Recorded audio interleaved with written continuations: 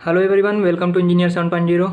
Friends, जैसा कि हम लोग डिस्कस कर रहे थे इन्वायरमेंटल इंजीनियरिंग, जो कि हम लोगों ने 2 यूनिट डिस्कस कर लिया है, जो मोस्ट एक्सपेक्टेड क्वेश्चन है university exam point of view से, और एक तरह से जो है कि क्विक रिवीजन सीरीज है ये। तो फ्रेंड्स, जैसा कि आप देख पा रहे हैं यहाँ पर, सबसे पहले हम क्वालिटी ऑफ वाटर डिस्कस करेंगे, फिजिकल, केमिकल और बायोलॉजिकल। ओके, इसमें सबसे इम्पॉर्टेंट्स अगर हम बात करें तो ये सारे तो इम्पॉर्टेंट्स हैं ही। इसके साथ साथ जो आपको कई लोगों को जो है कि न्यूमेरिकल प्रॉब्लम होता है, और प्रत्येक एग्जाम में जो है कि आप दे पा रहे होंगे कि पूछता है। ओके, तो न्यूमेरिकल जो होता है बीओडी का, उसको और उसका जो कि आपका जो है कि एक तरह से कर सकते हैं जो एक्सप्रेशन होता है। ओके, जैसा कि आप यहाँ पर ग्राफ द्वारा देख पा रहे होंगे, इस ग्राफ के माध्यम से जो भी एक्सप्रेशन है इसके एक्सप्रेशन करेंगे, और इस पर जो है कि बेस्ड न्यूमेरिकल हम लोग इस वीडियो में डिस्कस करने वाले हैं। तो चलिए फ्रेंड्स, समय को वेस्ट न करते हुए हम स्टार्ट करते हैं। आज है यूनिट 3, जो कि क्वालिटी ऑफ वाटर। ओके, जैसा कि आप जानते हैं कि जो क्वालिटी ऑफ वाटर होता है, इसे हम 3 टाइप से मेजर कर सकते हैं। फिजिकल होता है, केमिकल, ओके, और जो है कि आपका बायोलॉजिकल होता है। Okay, physical quality of parameter, सबसे पहले हम फिजिकल के बारे में डिस्कस करेंगे कि कौन कौन से जो प्रॉपर्टीज़ होते हैं, क्वालिटीज़ होते हैं वाटर के, वो फिजिकल के अंडर में आते हैं। उसके बाद से केमिकल के अंडर में क्या होते हैं। ओके, उसके बाद बायोलॉजिकल हम डिस्कस करेंगे। तो सबसे पहले तो फिजिकल होता है। फिजिकल हम बात करेंगे टर्बिडिटी का। ओके, टर्बिडिटी क्या होता है? एक्सटेंट ऑफ, जैसा कि आपने देखा होगा टर्बिडिटी, कुछ पार्टिकल्स जो वाटर होते हैं उसमें कुछ छोटे छोटे पार्टिकल्स होते हैं कोलाइडल फॉर्म में, या सस्पेंडेड या डिजॉल्व जो पार्टिकल्स होते हैं, जो सॉलिड्स होते हैं, उसके कारण जो उसका कलर होता है, ओके, वो टर्बिड फॉर्म में होता है, यानी कि गदलापन एक तरह से, जो जिसे हम हिंदी में बोलते हैं। ओके, साफ नहीं दिखता है। ओके, जो जैसे कि आप कह सकते हैं तालाब का जो पानी होता है, वो एक प्रकार का टर्बिडिटी वाटर होता है। ओके, टर्बिड वाटर होता है। तो extent of scattering because of presence of suspended solids is called turbidity. Okay, sources क्या है इसके? तो ऑर्गेनिक और इनऑर्गेनिक जो भी इसमें मैटर्स होते हैं, इसके कारण ये जो है कि टर्बिडिटी होता है। इम्पैक्ट क्या पड़ता है? Growth of disease. ओके, जो ग्रोथ ऑफ डिजीज का इम्पैक्ट है, और जो है कि इनक्रस्टेशन इन पाइप। ओके, जो पाइप होता है उसमें इनक्रस्टेशन हो जाता है। जो मेजरमेंट है इसका, वो है आपका यहाँ पर आप देख पा रहे हैं turbidity rod, Jackson turbidity meter, Baylis turbidity meter या निफ्लोमीटर। ओके, आप इस इंस्ट्रूमेंट के माध्यम से आप जो है कि टर्बिडिटी मेजर कर सकते हैं। अगर बात करें वाटर में जो टर्बिडिटी होनी चाहिए, तो एक्सेप्टेबल अगर लिमिट की बात करें तो 1 NTU से जो है कि काज ऑफ रिजेक्शन, अगर रिजेक्शन कितने पर किया जा सकता है, 10 NTU तक जो है कि रिजेक्शन जो है कि होता है। और एक्सेप्टेबल जो है 1 NTU। NTU का मीन्स क्या होता है? जो NTU का मतलब होता है, NTU means nephelometer, okay, turbidity unit. Okay, nephelometer turbidity unit होता है। बात करेंगे सस्पेंडेड सॉलिड के बारे में। सस्पेंडेड सॉलिड क्या होता है? देखिए, कोई भी वाटर होता है उसमें 2 प्रकार के सॉलिड्स होते हैं। एक क्या होता है? डिजॉल्व, और एक क्या होता है? सस्पेंडेड। सस्पेंडेड क्या होता है? जो है कि आपका सेटलमेंट हो जाता है, छोटे छोटे पार्टिकल्स होते हैं, जैसे सिल्ट हो गया, ओके, सैंड हो गया। जो वाटर में छोटे छोटे पार्टिकल्स होते हैं, वो कुछ टाइम बाद जो है कि क्ले हो गया, वो सेटलमेंट हो जाते हैं नीचे। ओके, तो उसे सस्पेंडेड सॉलिड बोलते हैं। लेकिन जो डिजॉल्व होता है, डिजॉल्व जैसे कि कोई वाटर है, ओके, वाटर में आप क्या है कि उसमें नमक डाल दीजिए या चीनी डाल दीजिए, तो उसमें क्या है?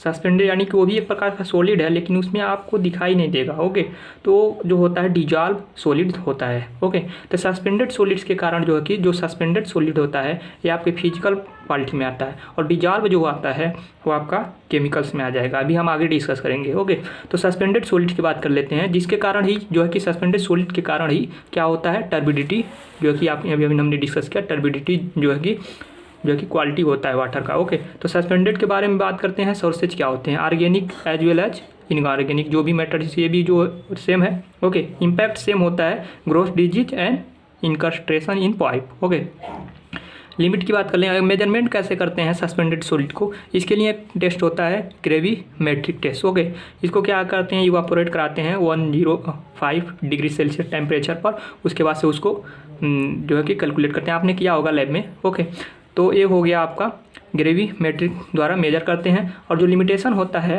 जो सस्पेंडेड सॉलिड का, जो एक्सेप्टेबल होता है 500 mg पर लीटर होता है, जबकि जो काज ऑफ रिजेक्शन होता है 2000 mg/लीटर होता है। ओके, कलर की बात कर लेते हैं। कलर भी इसी कारण से होता होगा। ओके, कुछ कलर्स में गैस भी मिल जाते हैं जिसके कारण से वाटर कुछ अलग जो है कि कलर का होता है।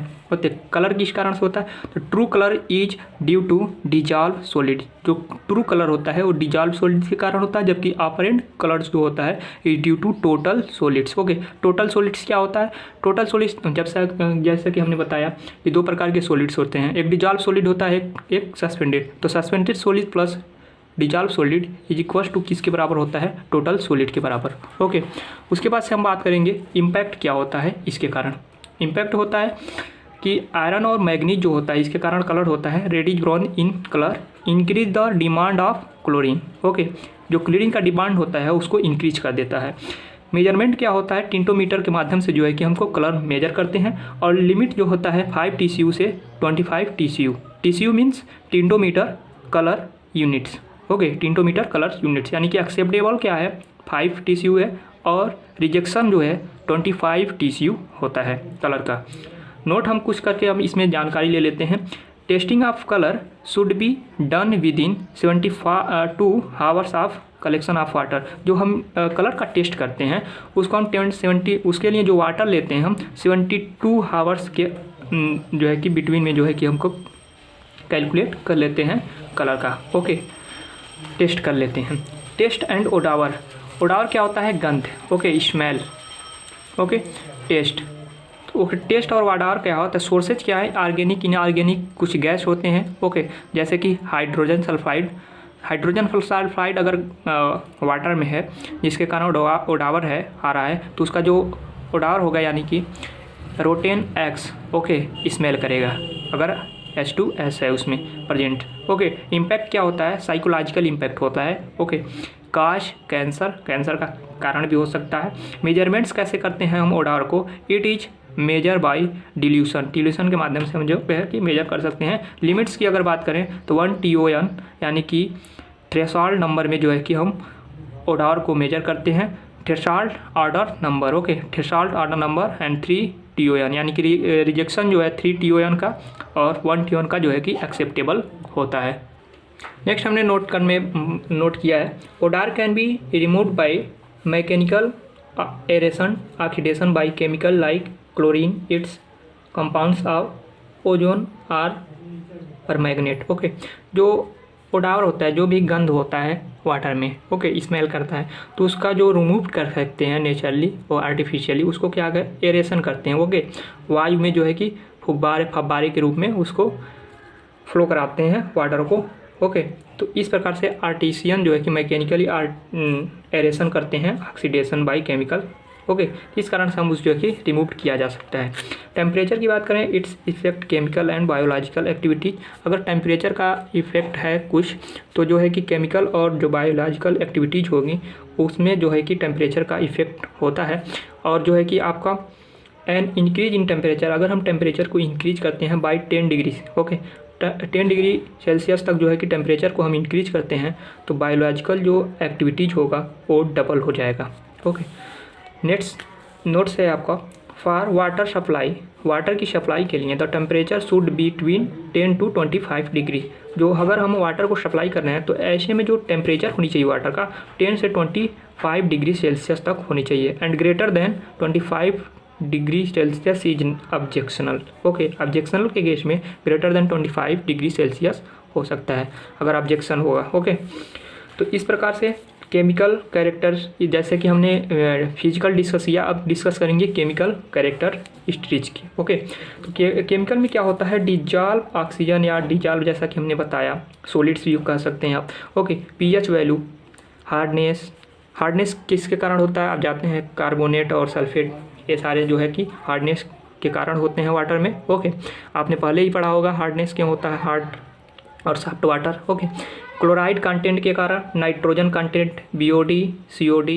तो सबसे पहले हम डिस्कस कर रहे हैं पीएच वैल्यू के बारे में। ओके, पीएच वैल्यू आप जानते होंगे, पीएच वैल्यू अगर किसी भी वाटर का ग्रेटर देन 7 है तो एल्कलीन होता है, और लेस देन 7 है तो एसिड होता है। ओके, तो ये तो आप जानते होंगे, लेकिन पीएच वैल्यू कैसे कहते हैं, डिफाइन कैसे कर सकते हैं। PH value of the sewage indicates the negative logarithm of hydrogen ion concentration present in sewage. Okay, sewage में जो निगेटिव हाइड्रोजन आयन होते हैं वो जी के लॉगरिथम फॉर्म में हम रिप्रेजेंट करेंगे तो जो है कि पीएच वैल्यू देगा, यानी कि pH is equal to, pH का जो फार्मूला होता है pH equal to minus negative logarithm H ion. Okay, hydrogen ion अगर लेस देन है 7 तो एसिडिक होता है, ग्रेटर देन है तो एल्कालीन होता है, ये आप जानते होंगे। अब बात करते हैं नाइट्रोजन कंटेंट की। Presence of nitrogen content in water, waste water, जो वेस्ट वाटर होता है उसमें presence of nitrogen indicate the presence of organic matter. क्या इंडिकेट करता है? ऑर्गेनिक मैटर एंड में आकर इन 4 टर्म्स, और जो है कि यह 4 प्रकार का हो सकता है उसमें। फर्स्ट अगर बात करें तो फ्री अमोनिया के रूप में हो सकता है, जिसे अमोनियम नाइट्रोजन भी वो कह सकते हैं। नाइट्रेट के रूप में हो सकता है, ऑर्गेनिक नाइट्रोजन के रूप में हो सकता है। फोर्थ जो है नाइट्राइट के रूप में भी हो सकता है nitrogen content in water. Okay, next बात करते हैं आपका क्लोराइड कंटेंट। क्लोराइड कंटेंट की अगर हम बात करें तो जैसा कि आप यहाँ देख पा रहे होंगे, chloride are derived from kitchen waste, जो किचन का निकला हुआ जो वेस्टेज होते हैं, ओके, ह्यूमन फीसेज यानी कि मल जो होता है इसे, okay, and urinal discharge it's, जो यूरिनल डिस्चार्ज होता है etcetera. Okay, normal chloride content for domestic sewage, domestic sewage के इज 120 मिलीग्राम पर लीटर, यानी कि नॉर्मल क्लोराइड कंटेंट कितना होनी चाहिए डोमेस्टिक पर्पज़ के केस में 120 मिलीग्राम पर लीटर होनी चाहिए। Where is permissible units for water supply, जो वाटर सप्लाई होता है उसमें जो क्लोराइड की मात्रा होना, क्लोराइड की कंटेंट होता है 250 मिलीग्राम पर लीटर होनी चाहिए। ओके, फैट्स की बात करें, ऑयल्स की बात करें, ग्रीस की बात करें तो ये किस कारण से वाटर में होता है? जैसा कि आप जानते हैं कभी भी जो पशु, जो एनिमल्स होते हैं उनको नदी में प्रवाह कर देते हैं लोग। ओके, कुछ वेजिटेबल्स होते हैं सड़े गले, ओके, तो ये सब नदी में फ्लो कर देते हैं।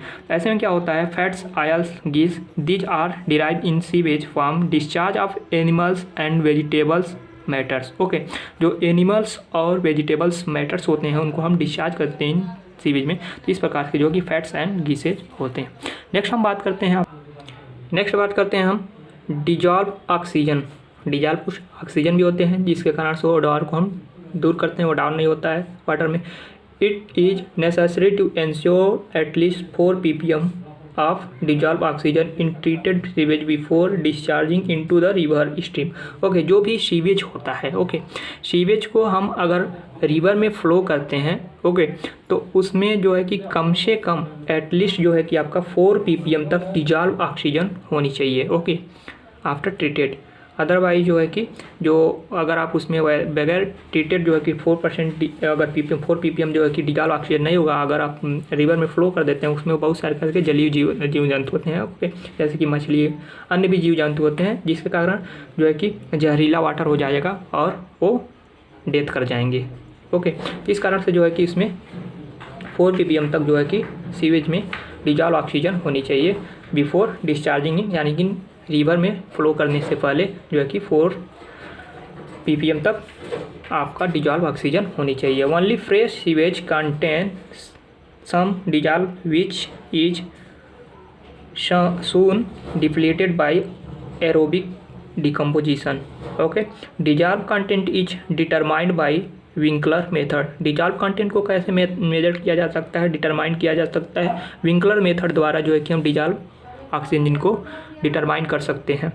केमिकल ऑक्सीजन डिमांड यानी कि COD जिसे आप बोलते हैं, आप पहले भी पढ़े हो चुके होंगे। केमिकल ऑक्सीजन डिमांड क्या होता है? It is a measure of the capacity of water to consume oxygen, okay, during the decomposition of organic matter and oxidation of inorganic chemicals.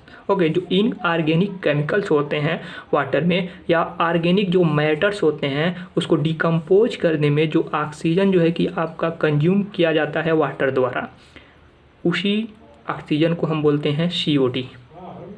Okay, biological oxygen demand क्या होता है? BOD से जैसे कि suggest है बायो, यानी कि कुछ बैक्टीरिया जो छोटे छोटे बैक्टीरियास होते हैं उनके द्वारा जो कंज्यूम किया जाता है वाटर रिक्वायर्ड होता है वो BOD कहलाता है। एट ए फिक्स टेम्परेचर, जैसा कि it is defined as the amount of oxygen required by bacteria in decomposing organic material in a sample under aerobic condition at 20 degree Celsius over a period of 5 days. 5 दिन के अंदर जो 20 degree temperature पर किसी भी bacteria के द्वारा जो ऑर्गेनिक जो भी मेथड्स होते हैं उसको डिकम्पोज करने में बैक्टीरिया द्वारा, एरोबिक जो बैक्टीरिया होती हैं उनको कितना ऑक्सीजन रिक्वायर्ड होता है वो जो है कि आपका बीओडी कहलाता है। इसी को हम कैलकुलेशन करेंगे और एग्जाम में काफ़ी इंपॉर्टेंस है इसका। बीओडी का कर्व को अभी ड्रा करेंगे और एक्सप्रेशन को देखेंगे। इस पर बेस्ड जो है कि हम न्यूमेरिकल को डिस्कस करेंगे इसी वीडियो में, तो जुड़े रहिए वीडियो के अंत तक। और मैं आपसे एक हम्बल रिक्वेस्ट करना चाहूँगा कि अगर अभी तक आपने हमारे चैनल को सब्सक्राइब नहीं किया है तो कृपया चैनल को भी सब्सक्राइब कर लीजिए, साथ में बेल आइकन को प्रेस कर लीजिए। तो फ्रेंड्स नेक्स्ट हम बात करते हैं आपसे, वो है आपका COD, BOD और COD ratio. What is BOD and COD ratio? तो BOD and COD ratio define करने के लिए आ सकता है। तो दिस इज तो जैसा कि आप देख लीजिए, पहले BOD है उसके बाद COD, यानी कि BOD और COD रेशियो क्या करते हैं? This ratio is commonly use as waste water as indicator of degree of biodegradation.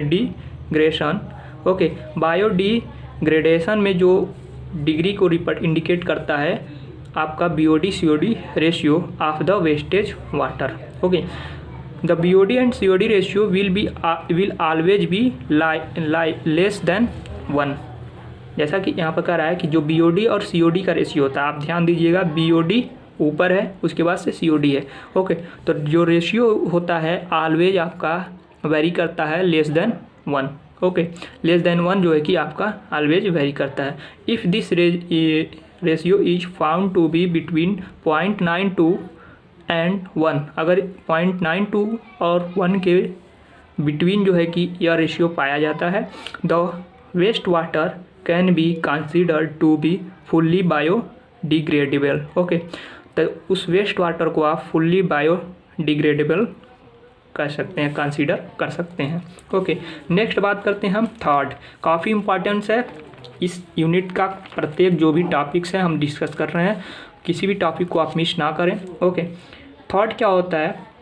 यानी कि THOD, जिसे आप बोल सकते हैं this is theoretical method. Okay, theoretical method है जो है कि आप कंप्यूटिंग द ऑक्सीजन डिमांड, जो ऑक्सीजन डिमांड होता है of various constituents of the organic matters present in waste water. जो वेस्ट वाटर में ऑर्गेनिक मैटर प्रेजेंट होते हैं उनको जो है कि उनके लिए जो ऑक्सीजन डिमांड होता है उनको थ्योरेटिकली जो कैलकुलेट करने की, कंप्यूट करने की जो मेथड होता है उसी को हम थर्ड बोलते हैं। ओके, तो ये प्रकार का मेथड है। Following steps should be follow to compute third. Okay, कुछ स्टेप्स हैं किस प्रकार से हम जो है कि थर्ड को कंप्यूट कर सकते हैं। तो फर्स्ट स्टेप क्या है आपका? Carbon is converted to carbon dioxide. जो कार्बन होता है उसे कार्बन डाइऑक्साइड में कन्वर्ट किया जाता है एंड नाइट्रोजन को जो है कि nitrogen is converted to ammonia, ammonia में कन्वर्ट किए। हो गया आपका फर्स्ट स्टेज।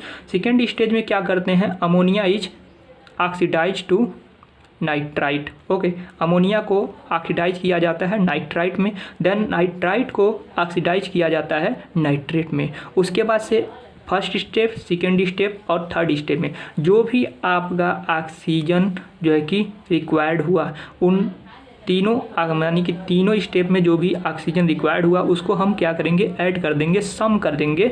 ओके, तो वही कहलाएगा आपका थर्ड। ओके, तो जैसा कि फोर्थ पॉइंट यही कहा है कि third will then be sum of the oxygen required for all the 3 steps for of reaction mentioned above. तो इस प्रकार से आप जो है कि थर्ड और को डिफाइन कर सकते हैं और जो है कि इसमें कंप्यूट कर सकते हैं। नेक्स्ट पॉइंट आप देख पा रहे हैं expression for BOD and curve.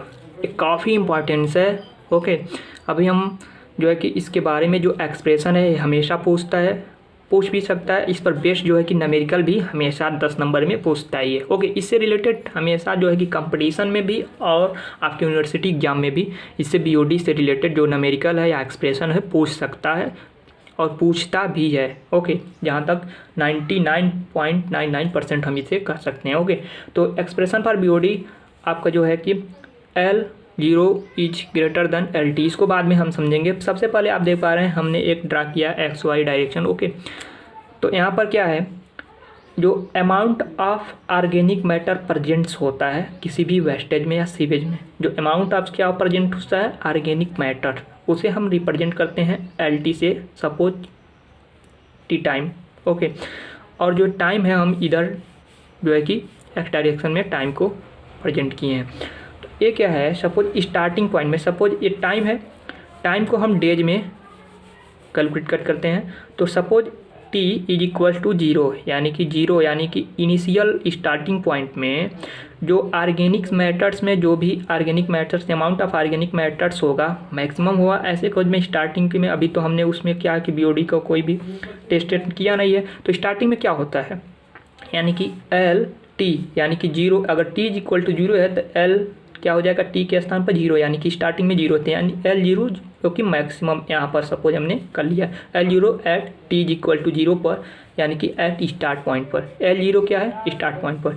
Okay, suppose हमने मान लिया। उसके बाद से क्या होता है, जैसे जैसे टाइम बढ़ता है, ओके, तो क्या है कि आपका BOD जो ऑक्सीजन जिसके लिए रिक्वायर्ड होता है वो डिक्रीज होता जाता है।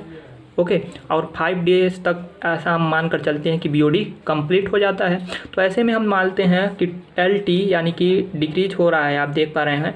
तो ऐसे ऐसे इसका रिक्वायर्ड यानी कि टाइम बढ़ेगा, टाइम बढ़ रहा है, और जो आपका अमाउंट ऑफ ऑर्गेनिक मैटर है with respect to time decrease हो रहा है। ओके, तो first stage of BOD curve, ये फर्स्ट स्टेज है। ऐसे में हम मान लेते हैं इस ग्राफ को, इस पॉइंट पर LT टाइम था, क्या LD टाइम था, और T यानी कि T डेज बाद, T डेज बाद जो आपका यहाँ पर amount of organic matter present invested है LT है। ओके, तो आप ये तो कह सकते हैं कि जो L0 है ऑलवेज क्या होगा, L0 जो स्टार्टिंग है ग्रेटर ही होगा। तो ही तो हमने कहा L0 is greater than LT always होता है। ऐसा जो है कि क्वेश्चन में ही आपसे कभी कंपटीशन में पूछ सकता है। ओके, तो अब हम डिस्कस करेंगे सबसे पहले कि आप देख पा रहे हैं कि जो amount of organic matter presents water है वो डायरेक्टली प्रोपोर्शनल, एक तरह से आप कह सकते हैं, अमाउंट ऑफ जो रेट ऑफ डीऑक्सीडेशन है। ओके, तो ये हम कह सकते हैं कि rate of deoxygenation is directly proportional to amount of organic matter presence in sewage at any time T। Suppose T time में जो भी किसी भी टाइम में हम मान लेते हैं अमाउंट जो भी ऑर्गेनिक मैटर प्रेजेंस है वो डायरेक्टली प्रोपोर्शनल टू होता है रेट ऑफ डीऑक्सीजनेशन के। इसे हम रेट ऑफ डीऑक्सीजनेशन को, जैसा कि हमने यहाँ पर रिप्रेजेंट किया है, DLT हम लिख सकते हैं अपन DT। Okay, rate of deoxygenation और directly proportional to LT। Okay, amount of organic presence in sewage at any time T। Okay, T time में इनिशियल तो कहना नहीं है। ओके, इनिशियल होता तो 0 हो जाता, लेकिन हम T टाइम पर कैलकुलेट कर रहे हैं। ओके, तो इस कारण से LT टाइम आप यहाँ पर देख पा रहे हो निगेटिव साइन है। निगेटिव साइन इसलिए है क्योंकि जो LT का वैल्यू है विद रिस्पेक्ट टू टाइम क्या है, डिक्रीज हो रहा है, विद रिस्पेक्ट टू टाइम जो है कि डिक्रीज हो रहा है। इस कारण से क्या है LT निगेटिव हमने कंसीडर किया है। अब क्या है कि आप यहाँ पर इसी को हमने लिखा है DLT अपन DT, डायरेक्टली प्रोपोर्शनल को हमने इक्वल्स कर दिया, तो यहाँ पर कोई ना कोई एक कांस्टेंट हो जाएगा जिसे हम मान लेते हैं K। Okay, minus KT LT हो जाएगा। ओके, अब इसका जो है कि हम इंटीग्रेट कर देंगे। ओके, इंटीग्रेट करेंगे तो क्या होगा, log के फॉर्म में आ जाएगा, log base E LT is equals to negative KT plus एक जो है कि कांस्टेंट आ जाएगा C। ओके, इसे हमने मान लिया इक्वेशन 1। नेक्स्ट आपका बाउंड्री कंडीशन एट स्टार्ट, यानी कि स्टार्टिंग पॉइंट हम कर रहे हैं T क्या था 0, यानी कि T क्या है आपका स्टार्टिंग पॉइंट में बाउंड्री में T इज इक्वल टू 0 हम लेते हैं। तो T इज इक्वल टू अगर 0 ले रहे हैं स्टार्टिंग पॉइंट्स में, तो आप यहाँ पर कर सकते हैं कि अगर इक्वेशन 1 में T इज इक्वल टू 0 रखें तो C का वैल्यू हमें फाइंड आउट करना है। T ये भी वैल्यू 0 हो जाएगा और log बेस ई L 0 हो जाएगा। ओके, T के प्लेस पर हम 0 पुट करेंगे, तो यानी कि C का वैल्यू आप कह सकते हैं कि log बेस ई L 0, यानी कि log बेस ई L 0, यानी कि इक्वेशन 1 में हम C के प्लेस पर पुट कर दिए हैं, यानी कि log ई बेस एल टी सेम है is equal to minus K T upon minus K T plus सी, सी के स्थान पर हमने यहाँ से वैल्यू फाइंड आउट किया सी का लाग base E L zero. Okay, इसको हमने इस साइड में कर दिया तो निगेटिव साइन हो जाएगा और लाग के निगेटिव साइन में लाग ए माइनस लाग बी क्या होता है, लाग ए अपान लाग बी, ये फार्मूला आप जानते हैं। तो लाग base E L T upon L zero हो जाएगा is equal to minus K T. Okay, लाग बेस ई को हम लाग बेस 10 के रूप में अगर कन्वर्ट करेंगे तो 2.3 log base 10 L T upon L zero is equal to minus K T. Log base 10 L T upon L zero is equal to minus 2.3 को डिवाइड कर देंगे इधर तो माइनस 0.434 के टी हो जाएगा। ओके, ये के टी जो होता है पॉइंट हम जानते हैं के डी इज इक्वल टू होता है 0.434 के, एक फार्मूला है। ओके, ये वैल्यू को आपको पुट करना है क्योंकि के डी जो है आपका 0.434 के इक्वल्स होता है तो हम इस वैल्यू के स्थान पर हम लिख सकते हैं minus K D T. Okay, तो L T upon L zero हमने सेम रखा है, लाग को हमने आउट कर दिया है। ओके, तो रिमूव किया लाग को तो 10 to the power minus K D into T, ये हो गया आपका इक्वेशन नंबर 2। इसे आपको याद रखना है। नेक्स्ट अब हम डिस्कस कर रहे हैं कि जो एल टी क्या है और वाई टी क्या है। चूँकि हमने एल टी आपको डिस्कस किया था, अभी हम इसी में डिस्कस कर लेते हैं। आप फार्मूला आपको याद है।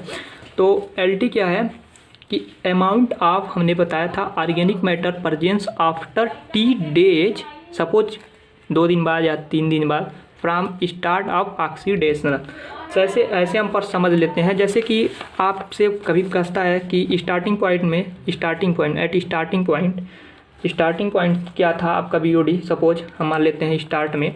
ओके, स्टार्टिंग पॉइंट जो था बीओडी सपोज 100 बीओडी जो था बीओडी 100 mg पर लीटर था। ओके, 5 डेज क्या होता है, 5 डेज सपोज आपका घट के क्या हो जाता है, ऑर्गेनिक मैटर जो स्टार्टिंग में सपोज ऐसे कर सकते हैं, ऑर्गेनिक जो मैटर था स्टार्टिंग में 100 mg कुछ था, उसके बाद जो 5 डेज बाद होता है मान लीजिए डिक्रीज करके, जैसा कि आप देख पा रहे थे तो स्टार्टिंग में क्या था एल जीरो, तो एल टी यानी कि 5 डेज बाद या कुछ भी डेज, तो एल टी 5 डेज यहाँ पर लिखेंगे यानी कि कितना हो गया है 80। ओके, तो यानी कि 100 से 80 हो गया है, 20 डिक्रीज कर रहा है। ओके, तो यही है एल टी आपका। ओके, 30 डेज बाद क्या हो रहा है, यानी कि amount of organic presence after T days from the start of oxidation. Y T क्या है, amount of organic matter oxidize in T days. तो अमाउंट ऑफ हमें ऐसे निकाल लेंगे तो कितना जो है कि amount of organic matter oxidize के लिए लगा, यानी कि बीओडी हम कैसे निकालेंगे, बीओडी यही हो गया जो स्टार्टिंग मान लीजिए आपका क्या था 100। ओके, स्टार्टिंग आपका क्या था 100। ओके, स्टार्टिंग डेज में स्टार्टिंग को हमने क्या लिखा था एल जीरो, यानी कि 5 डेज बाद, यानी कि 5 के स्थान पर टी डेज बाद, तो टी डेज बाद हमने यानी कि एल टी। ओके, हमने मान लिया 80 हो गया। ओके, टी डेज बाद तो पूछ रहा है बीओडी, बीओडी कितना लगा 100 से 80 यानी कि 20 जो है कि mg पर लीटर जो है कि बीओडी लगता है। यानी कि बीओडी जो अगर पूछ रहे थे आपसे बीओडी तो क्या हो जाएगा 100 माइनस 80 यही होगा। तो 100 यानी कि L zero minus L T, और बीओडी को हम लिखते हैं वाई टी, रिप्रेजेंट करते हैं बीओडी को। तो इसी प्रकार आप यहाँ पर आप देख पा रहे हैं जो बीओडी हमने कैलकुलेट किया है, BOD amount of organic matter oxidize in T days, यानी कि टी डेज बाद जो बीओडी है आपका L zero minus L T हो सकता है। एल जीरो को हमने यहाँ से कॉमन ले लिया है तो 1 minus L T upon L zero लिख सकते हैं, यानी कि इसी प्रकार लिखा है Y T is equal to L zero, common लिया है 1 minus L T upon L zero. L T upon L zero का वैल्यू आप यहाँ पर देख पा रहे हैं इक्वेशन नंबर 2 में। L T upon L zero का वैल्यू क्या है 10 to the power minus K D into T, इसको हमने वहाँ पर पुट कर दिया है। ओके, तो आप यहाँ पर देख पा रहे हैं हमने पुट कर दिया है L T upon L zero का value 10 to the power minus K D into T. Okay, तो जो बी ओ डी हो गया टी डेज बाद, यानी कि वाई टी ये बी ओ डी है, टी डेज बाद बी ओ डी हो गया L zero into 1 minus 10 to the power minus K D into T. Okay, अब कैसे समझेंगे, सपोज आपसे कहता है 5 डेज में बी ओ जी दिखाई तो वाई टी यानी कि 5 टी के स्थान पर 5 डेज ओके, DH को रिप्रेजेंट करता है। और L0 क्या था, स्टार्टिंग में ऑर्गेनिक मैटर प्रेजेंट कितना था। ओके, L0 का वैल्यू है 1 माइनस 10⁻, KD क्या है, एक कांस्टेंट है जिसे आप BOD कांस्टेंट कह सकते हैं। और पॉइंट T क्या है, 5 डेज में आप निकाल रहे हैं, या 3 डेज या 7 डेज, जितने भी डेज में आप यहाँ पर 5 डेज में निकाला तो 5 यानी कि T का वैल्यू 5 पुट कर देंगे। अभी जब हम न्यूमेरिकल को हल करेंगे तो आप इजीली जो है कि समझ सकेंगे। ओके, L0 हमने यहाँ पर दिखाया है, रिप्रेजेंट किया है amount of organic matter presents at start of oxidation. Oxidation के स्टार्टिंग पॉइंट में जो ऑर्गेनिक मैटर जो है कि अमाउंट ऑफ ऑर्गेनिक मैटर्स होता है प्रेजेंट एट जो है कि वेस्टेज में, वो है ऑलवेज जो हमने कि स्टार्टिंग में बता दिया L0 क्या होता है, ग्रेटर देन होता है LT से। ओके, अब हमने बात किया यहाँ पर, अभी तो मैंने बात किया BOD का। अब अल्टीमेट अगर BOD का दिया है, अल्टीमेट मतलब इनफाइनाइट, यानी कि y T is equal to infinite कर सकते हैं, इनफाइनाइट है तो अल्टीमेट BOD निकल जाएगा। तो y ultimate is equal to tail 0, यहाँ पर आप देख पा रहे हैं T के स्थान पर में इनफाइनाइट किया। इनफाइनाइट का वैल्यू क्या हो जाएगा, यानी कि 0 और L0, यानी कि y अल्टीमेट जो BOD होगा, अल्टीमेट BOD L0 के बराबर, यानी कि स्टार्टिंग में जो ऑर्गेनिक मैटर्स होता है L0 के ही बराबर होता है आपका अल्टीमेट BOD, यानी कि अल्टीमेट BOD यानी कि फर्स्ट स्टेज के बराबर ही होता है। ओके, अब बात करते हैं KD। जैसा कि हमने KD डिस्कस किया था, कांस्टेंट जो डीऑक्सीजनेशन कांस्टेंट होता है, या जिसे हम BOD रेट कांस्टेंट भी बोलते हैं। ये डिपेंड किस पर करता है, कभी पूछ सकता है, तो डिपेंड्स करता है determine speed of BOD। Okay, depends upon temperature पर डिपेंड करता है। वैल्यू वेरीज फ्रॉम 0.05 टू 0.2 पर डेज। पर डेज क्या है आपका BOD कांस्टेंट का, जो भी BOD कांस्टेंट रेट है उसका यूनिट है पर डेज, काफ़ी इंपॉर्टेंस है। और जिसका वैल्यू वेरी करता है 0.05 टू 0.2 तक जो है कि वैल्यू वेरी करता है। एक फार्मूला है, सपोज हमने 20 डिग्री पर जो है कि BOD दिया है और आपसे पूछ रहा है KD का वैल्यू। जैसे KD का वैल्यू कांस्टेंट में आपका दे रखा है, कुछ भी दे रखा है 20 डिग्री टेम्परेचर पर, आपसे पूछ रहा है कि 30 डिग्री टेम्परेचर बताइए, तो यानी कि T डिग्री, यानी कि जो भी डिग्री पर आपको टेम्परेचर पर जो है कि KD का वैल्यू फाइंड आउट करना है, तो KD जो T डिग्री टेम्परेचर पर क्या होगा, KD at 20 degree temperature, okay 1.047 to the power T degree, जो भी आप टेम्परेचर पर जो है कि KD का वैल्यू फाइंड आउट करना चाहते हैं, -20 ओके डिग्री, 20 डिग्री। तो अभी आप न्यूमेरिकल से इजीली एक क्वेश्चन हम न्यूमेरिकल डिस्कस कर रहे हैं, जैसा कि काफ़ी इंपॉर्टेंस हमने पहले भी आपको बताया। The BOD of a sewage incubated for 1 days. देखिए आपका 1 डेज का BOD कितना दिया है, एट 30 डिग्री सेल्सियस टेम्परेचर पर was found to be 120 milligram per litre. Okay, 1 days का BOD दे रखा है। What will be the 5 days at 20 degree, और पूछ रहा है 5 दिन बाद 20 डिग्री टेम्परेचर पर। ये कितना था, 30 डिग्री टेम्परेचर पर एक दिन का BOD दिया है 120 मिलीग्राम पर लीटर। और 5 डेज आफ्टर पूछ रहा है 20 डिग्री सेल्सियस पर, ओके BOD कितना होगा। और एज्यूम कह रहा है डीऑक्सीजनेशन कांस्टेंट, यानी कि आपका जो BOD रेट कांस्टेंट है K का वैल्यू, KD का वैल्यू 20 डिग्री पर दिया है, 20 डिग्री सेल्सियस पर, वो है 0.12 per day. Okay, 0.12 per day आपका दे रखा है। तो सबसे पहले जो क्वेश्चन में दे रखा है हम उसे देख लेते हैं कि 1 डेज का जो 30 डिग्री सेल्सियस पर जो है कि BOD दे रखा था वो कितना है, 120 मिलीग्राम पर लीटर, जो कि आप यहाँ पर देख पा रहे होंगे। ओके, और आपसे क्या पूछ रहा है, 5 डेज पर 20 डेज का पूछ रहा है, यानी कि 20 डिग्री सेल्सियस टेम्परेचर पर आफ्टर 5 डेज आपसे BOD पूछ रहा है। और 1 डेज यानी कि 20 डिग्री सेल्सियस पर KD का वैल्यू इसमें 1 डेज का ही देता है, पर डेज आप यहाँ पर देख पा रहे हैं कि कितना दिया है, 0.12 पर डेज जो है कि KD का 20 डिग्री सेल्सियस पर वैल्यू दे रखा है। तो सबसे पहले तो हम 5 डेज को हमसे पूछ रहा है, तो 5 डेज का फार्मूला क्या होता है आप जानते हैं। फार्मूला हम यहाँ पर आप के लिए लिख देते हैं, काफ़ी इजी हो जाएगा। तो हम जानते हैं YT क्या होता है, YT बराबर क्या होता है फार्मूला BOD का, L0 1 minus 10 to the power minus K into T, KD into T, यही तो होता है। ओके, तो आप यहाँ पर ध्यान दीजिएगा, जो ये फार्मूला है T के स्थान पर क्या, यानी कि 5 दिन ओके, 5 दिन का BOD एट 20 डिग्री टेम्परेचर पर।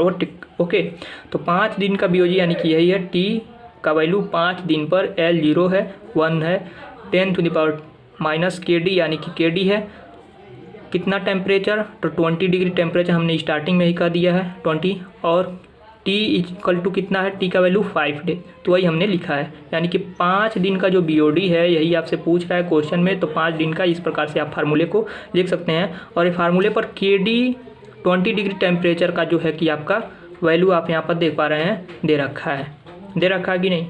ओके, जो कि आप क्वेश्चन में दे रखा 0.12। ओके, तो क्या हो जाएगा, यहाँ पर हम KD का वैल्यू पुट कर देंगे, L0 का वैल्यू दिया नहीं है तो इसको भी ऐसे रख लेंगे। तो Y at 5 days 20 degree temperature पर जो BOD है L0 1 - 10⁻⁻0.12 इंटू 5 डेज। ओके, यानी कि ये है आपका इक्वेशन 1। क्योंकि L0 अभी आपको पता नहीं है, L0 का वैल्यू आपको फाइंड आउट करना पड़ेगा। तो नेक्स्ट हम देख लेते हैं, नेक्स्ट स्टेज में क्या करना है। जो KD है 30 डिग्री पर आपका वैल्यू जो है कि नहीं दिया है। क्यों KD पर निकालना है 30 डिग्री पर, तो KD 30 डिग्री का इसलिए निकालना है क्योंकि आप यहाँ पर देख पा रहे हैं Y1 जो 30 डिग्री यानी कि जो BOD दिया है वो एक दिन का वो 30 डिग्री पर दिया है। तो 30 डिग्री पर दिया है तो Y1 का सबसे पहले आप यहाँ पर देख पा रहे होंगे Y1 का 30 डिग्री पर जो BOD का फार्मूला लिखें L0 1 - 10⁻⁻KD into 30 degree into T, 1 days है। तो हमने तो T के स्थान पर 1 रखा, 1 डेज का। और जो KD एट 30 डिग्री तो हमें दिया नहीं है, KD का 20 डिग्री सेल्सियस पर जो है कि आप यहाँ पर देख पा रहे होंगे KD का जो वैल्यू दिया है 20 डिग्री पर दे रखा है। तो 30 डिग्री पर निकालना पड़ेगा ना, तो 30 डिग्री पर निकालना पड़ेगा तभी तो यहाँ से आप 1 डेज का जो है कि 120 दे रखा है। L0 आपको इसी से फाइंड आउट करना है, इसी फार्मूले से 1 का वैसे ही रख दिया हमने। और KD एट 30 डिग्री सेल्सियस पर जो है कि यहाँ पर पुट करने के लिए वैल्यू आप KD वाले फार्मूले से जो है कि KD 30 डिग्री का वैल्यू निकालेंगे। यानी कि 30 डिग्री टेम्परेचर पर KD का वैल्यू क्या होता है, तो 30 डिग्री टेम्परेचर पर KD के लिए जो हमने बताया था KD at 30 degree temperature, suppose जैसा कि लास्ट वाला फार्मूला बताया था, क्या था KD 20 degree 1.047 okay to the power T-20, यानी कि जिस टेम्परेचर पर आपको निकालना है। तो हमके 30 पर निकालना है तो इस कारण से हमने 30 रखा है। 30 में 20 तो पहले से है, 20 का फार्मूला ही रहेगा। और T डिग्री पर हमें निकालना है तो जिस प्रकार से आप देख पा रहे होंगे हमने लिखा हुआ है। तो KD 30 डिग्री हमने लिखा हुआ है, टेम्परेचर KD 20 डिग्री का दे रखा है 0.12 सेम है। ओके, और 30 में से 20 रिड्यूस करेंगे तो 10 बचेगा। अब आप KD एट 30 डिग्री टेम्परेचर पर क्या है value, KD at 30 degree temperature पर आपका 0.189 जो है कि आ जाएगा। अब इस वैल्यू को हम इस फार्मूले में पुट कर देंगे। Y1 30 डिग्री यानी कि एक दिन का BOD जो 30 डिग्री टेम्परेचर पर दे रखा था 120 जो है कि दे रखा था। ओके, और L0 यहाँ पर सेम रख देंगे। और जो है कि KD 30 डिग्री टेम्परेचर के हमने वैल्यू निकाल लिया है, यहाँ पर पुट कर देंगे। और T यानी कि 1 डेज का BOD है। ओके, 1 डेज का तो T का वैल्यू 1 ही रहेगा। और यहाँ से L0 का वैल्यू निकाल लेंगे 340.14 मिलीग्राम पर लीटर। ओके, ये हो गया L0 का। इस L0 का वैल्यू जो है कि हम क्वेश्चन यानी कि इक्वेशन 1 में पुट कर देंगे। इक्वेशन 1 में पुट करेंगे, putting value of L0 in equation 1, Y 20 degree temperature पर जो है कि 5 दिन का BOD। ओके, 340 यानी कि आपका L0 का वैल्यू हमने पुट कर दिया 1 - 10⁻⁻0.12 इंटू 5 यानी कि 5 डेज का जो है कि BOD निकाल रहे हैं। तो कितना आएगा आपका फाइनल आंसर 254.59 mg पर लीटर। ओके, ये हो गया आपका BOD। नेक्स्ट हम एक और इम्पॉर्टेंट जो है कि दूसरे टाइप्स का जो है कि BOD से रिलेटेड जो है कि हम क्वेश्चन डिस्कस कर लेते हैं। क्योंकि हम पहले भी आपसे बता चुके हैं कि BOD का जो क्वेश्चन है न्यूमेरिकल और एक्सप्रेशन दोनों भी काफ़ी इंपॉर्टेंट है, तो इस कारण से हम बता दे रहे हैं काफ़ी आपके जो भी एग्जाम में आए फंसने, क्योंकि competition exam point of view, university exam point of view दोनों ही जो है कि केस में काफ़ी इंपॉर्टेंट है BOD रिलेटेड क्वेश्चन। ओके, तो सबसे पहले हम फ्रेंड्स अब नेक्स्ट सेकेंड क्वेश्चन डिस्कस करेंगे। द BOD आप देख पा रहे हैं 5 days of a waste has been measured as 500 milligram per litre if the rate constant जो रेट ऑफ कांस्टेंट है के का वैल्यू दिया है, आप यहाँ पर देखिएगा के डी का वैल्यू नहीं दिया है, के का वैल्यू दिया है 0.26 और के डी का वैल्यू हमने का वैल्यू 0.05 से 0.2 के बीच ही वेरी करता है। ओके, तो के डी का वैल्यू यहीं तक वेरी करता है और एग्जाम यानी कि जो फार्मूला है हमारा के डी ही दिया है, तो के डी का वैल्यू निकालना पड़ेगा ना। ये तो एग्जाम तो क्वेश्चन में आपका के का वैल्यू दिया है, तो ऐसे केस में के डी कैसे निकालते थे, के डी इज इक्वल टू होता था -0.434 के, तो यानी कि के डी का वैल्यू 0.434 के जो है कि हम रख के अभी क्वेश्चन में हल करेंगे। Okay, what is the ultimate BOD आपसे पूछ रहा है, आप यहाँ पर देख पा रहे हैं अल्टीमेट बीओडी यानी कि L0 का वैल्यू अगर आप फाइंड आउट कर लें तो अल्टीमेट बीओडी की वही बराबर होता है, यानी कि अल्टीमेट जो बीओडी होता है L0 के इक्वल्स ही होता है, तो L0 का वैल्यू इसमें फाइंड आउट करेंगे तो अल्टीमेट बीओडी आपका निकल जाएगा। Okay, BOD of the wastage, what proportional of the BOD ultimate. Okay, BOD ultimate का जो प्रोपोर्शनल है कितना परसेंटेज है, would remain unoxidised after 20 days. Okay, 20 days के बाद क्या होगा जो है कि परसेंटेज जो है कि अनऑक्सीडाइज का, ओके, रिमेन कितना रहेगा अनऑक्सीडाइज आफ्टर 20 डेज, 20 दिन के बाद, यानी कि कितने दिन का, 5 दिन का दिया है और 5 दिन के यानी कि 20 दिन बाद कितना जो है कि रिमेन होगा बीओडी अल्टीमेट बीओडी। ओके, तो परसेंटेज इसका पूछ रहा है, तो सबसे पहले आप देख रहे हैं गिवन दैट जो भी दिया है बीओडी एट 5 डेज वेस्टेज का 500 मिलीग्राम। ओके, और के का वैल्यू आपका दिया है 0.26 per day. We know that K D का जो फार्मूला हमने बताया 0.434 के होता है और के का वैल्यू हमने पुट कर दिया, तो फाइनल जो के डी का वैल्यू हो गया 0.113। ओके, के डी का वैल्यू हमने निकाल लिया। ओके, नेक्स्ट आप Y5 आप यहाँ पर देख पा रहे हैं, यानी कि 5 दिन का जो बीओडी है Y5 is equal to formula L01 - 10⁻⁻ KD into T. तो ये जो हो गया आपका वैल्यू हमने पुट कर दिया, Y5 दे रखा था 500 milligram per litre. Okay, L0 का सेम है 1 10⁻, KD का वैल्यू हमने निकाल लिया 0.113 इंटू 5 डेज का, टी का वैल्यू 5 डेज लिख लिया। L0 यहाँ के वैल्यू निकाल लिया 687.07। L0 ही होता है किसके इक्वल्स अल्टीमेट बीओडी के, तो यानी कि ultimate BOD is equal to Y ultimate is equal to L0 is equal to 687.07 milligram per litre. ये आपका अल्टीमेट बीओडी हो गया, ये आपका फर्स्ट आंसर हो गया। नेक्स्ट कर रहा है इसका परसेंटेज कितना अब रिमेन रहेगा इसके बाद जो है कि 20 डेज में। ओके, तो बीओडी आफ्टर 20 डेज के बाद बीओडी क्या होगा Y20 L0 1 - 10⁻⁻ KD का वैल्यू हमने निकाल लिया है एट 20 डेज। देखिए यहाँ पर टी का वैल्यू क्या हो गया 20, क्यों, क्योंकि 20 डेज हम निकाल रहे हैं YT, यानी कि Y20 डेज, तो टी का वैल्यू भी 20 डेज। ओके, तो 20 डेज के बाद जो है कि L0 Y अल्टीमेट के बराबर है जैसा कि क्वेश्चन में देखा आपने, और 1 - 0.113 इंटू 20 यानी कि 0.9945 अल्टीमेट बीओडी Y20, यानी कि 20 डेज के बाद जो बीओडी होगा वो अल्टीमेट बीओडी का 0.9945 कंप्लीट हो जाएगा।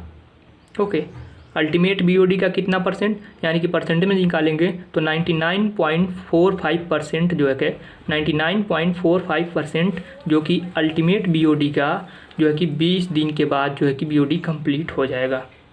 ओके, तो रिमेन कितना रहेगा, तो जो है कि 100% में से उसको रिड्यूस कर देंगे तो 0.55% जो है कि रिमेन रहेगा अनऑक्सीडाइज, जो कि यहाँ पर पूछा रहा है अनऑक्सीडाइज जो है कि रिमेन रहेगा। तो इसी प्रकार आप यहाँ पर डिफरेंस जो है कि डिफाइन कर सकते हैं, रिप्रेजेंट कर सकते हैं। It means that 99.4% of BOD ultimate BOD is utilized is 20 days and only 0.55% of ultimate BOD would be left unoxidized after 20 days। Okay, तो ये हो गया आपका क्वेश्चन और ये हो गया आपका आंसर।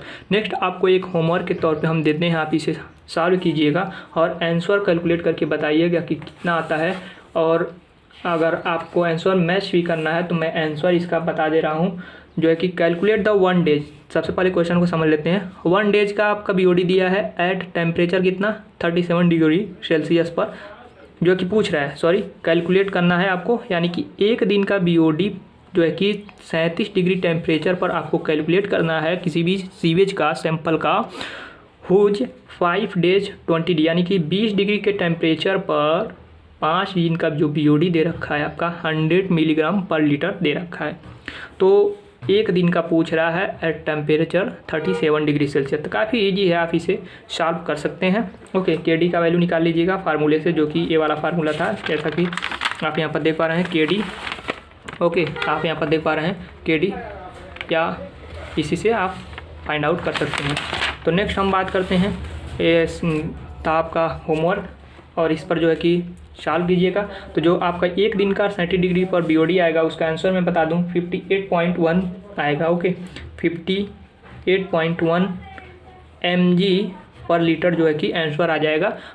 तो फ्रेंड्स, आज की वीडियो में बस इतना ही, क्योंकि वीडियो काफ़ी लंबा हो रहा है, इस कारण से हम आज की वीडियो को सेशन को बस यहीं समाप्त करते हैं। नेक्स्ट जो टॉपिक है यूनिट 3 का ही होगा, जो है कि आपको हमने फिजिकल और केमिकल से रिलेटेड जो भी क्वेश्चन था उसको समझाया, अल्टीमेट बीओडी और बीओडी के रिलेटेड। ओके, और नेक्स्ट जो यूनिट है आपका यूनिट जो कि हम थर्ड ही डिस्कस कर रहे हैं, तो उसका यूनिट 3 का पार्ट जो है कि सेकेंड होगा। ओके, पार्ट सेकेंड में हम डिस्कस करेंगे बायोलॉजिकल जो भी क्वालिटी ऑफ वाटर। ओके, क्योंकि हम फिजिकल और केमिकल जो है कि हम इसमें वीडियो में डिस्कस कर लिए हैं, और नेक्स्ट हम डिस्कस करेंगे इसका पार्ट 2 में। तो यूनिट 3 का पार्ट 2 आप ज़रूर देखें, और अगर अभी तक आपने यूनिट 1 और यूनिट 2 नहीं देखा है तो आप उसको भी देखें। ओके, काफ़ी हेल्पफुल रहेगा आपके competitive exam point of view से और university exam point of view से। तो मिलते हैं नेक्स्ट वीडियो में नेक्स्ट